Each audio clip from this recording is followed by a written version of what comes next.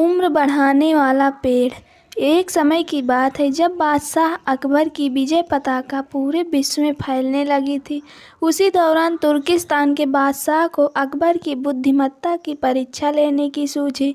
तुर्किस्तान के बादशाह ने अपने दूत को संदेश पत्र देकर कुछ सिपाहियों के साथ दिल्ली रवाना किया। बादशाह ने पत्र में लिखा था, मुझे सुनने में आया है कि भारत में ऐसा पेड़ है जिसके पत्ते को खाकर इंसान की आयु बढ़ाने में मदद मिल सकती है।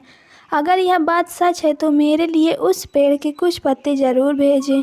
जब अकबर ने उस पत्र को पढ़ा तो वह सोच में पड़ गए। इस चिंता से उबरने के लिए अकबर ने बीरबल का सहारा लिया। बीरबल की सलाह पर बादशाह अकबर ने तुर्किस्तान से आए सिपाहियों और दूत को कैद करने का आदेश दिया।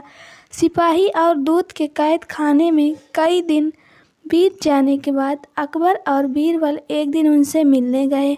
अकबर और बीरबल को आते देखकर वो सोचने लगे कि उन्हें रिहाई मिल जाएगी, लेकिन ऐसा नहीं हुआ। बादशाह अकबर जब उनके पास पहुँचे तो उन्होंने दूत से कहा, जब तक इस किले की एक दो ईंट गिर नहीं जाती तब तक आप लोगों को आज़ाद नहीं करेंगे। ऐसा होने तक आप सभी के लिए यहाँ खाने पीने का पूरा इंतजाम किया जाएगा। इतना कहकर बादशाह अकबर और बीरबल वहाँ से चले गए। उनके जाने के बाद दूत और सिपाही कैद से निकलने के लिए उपाय सोचने लगे।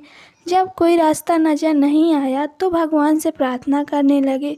जल्द ही उनकी प्रार्थना रंग लाई और कुछ दिनों बाद अचानक तेज भूकंप आया और भूकंप के कारण किले का एक भाग टूटकर गिर गया। यह घटना के बाद दूत ने अकबर के पास किले की दीवार गिरने की खबर भिजवाई।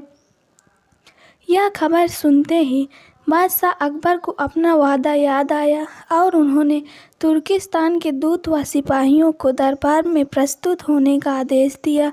उनके दरबार में पहुंचते ही बादशाह अकबर बोले, अब तो आप सबको अपने बादशाह के द्वारा भेजे गए पत्र का उत्तर मिल गया होगा।